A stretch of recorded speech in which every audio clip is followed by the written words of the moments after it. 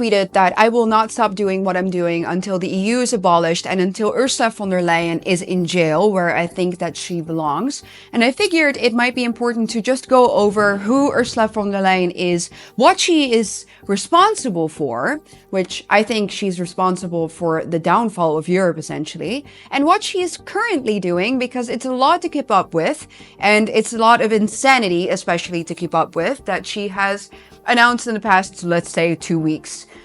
To get back to basics, Ursula von der Leyen is the president of the European Commission, which is the executive body of the EU. It's the most powerful body of the EU, and it's an unelected body. So Ursula von der Leyen was never directly chosen by us, the people. We never voted for her.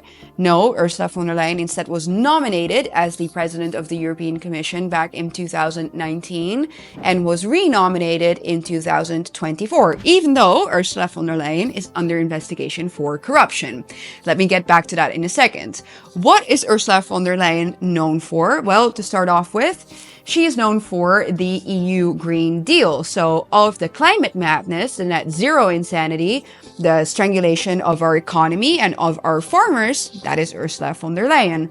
She's also known for the EU Migration Pact, so the replacement politics that have been central to European decision-making, the fact that we are being replaced in our own home countries, that Europe no longer looks like Europe, and that we are increasingly unsafe. That is Ursula von der Leyen.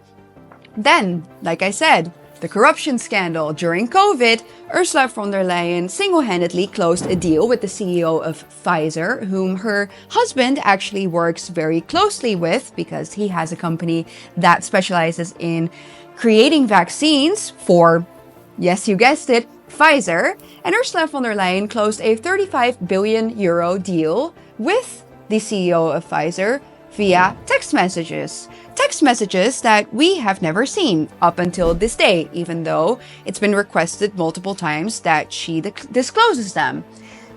Emails, Hillary Clinton, text messages, Ursula von der Leyen. Potato, potato, essentially. What else is she known for? Of course, the fact that she is willing, or seems to even want to, drag us all into World War III by saying that she will continue to support Ukraine with our taxpayers' money, of course, no matter what. So what has Ursula von der Leyen announced in the past, let's just say 2 weeks? 1. The Rearm Europe plan, which is ultimately the idea to allocate 800 billion euros to a European defense fund, which, of course, indirectly or even directly, will go all directly to Ukraine. What else? 4.4 billion euros for a genocidal anti-white regime in South Africa to establish a energy transition, which of course is completely useless, will never happen, but we, the European people, are paying for it. What else? She has been interfering in, of course, Romanian elections. That is Ursula von der Leyen as well.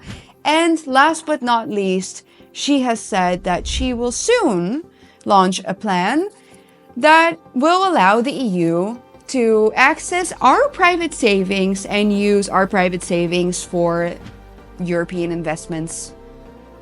Yep. That's Ursula von der Leyen. So when I say that I think she is single-handedly responsible for the downfall of Europe and personifies, let's just say, everything that is wrong with modern politics, everything that is going wrong in Europe, then I mean it. I think that is on Ursula von der Leyen, first and foremost. I mean, the fact that her position even exists as the president of the European Commission, in which she gets to act as if she is the supreme leader of this continent, that she is the queen of Europe, is a problem in and of itself, because we never elected her, so we can't unelect her. We can't get rid of her through democratic means. So what has to happen? The EU needs to be abolished. It's the only option. The only option in which we will take the power away from these unelected bureaucrats who are destroying our continent.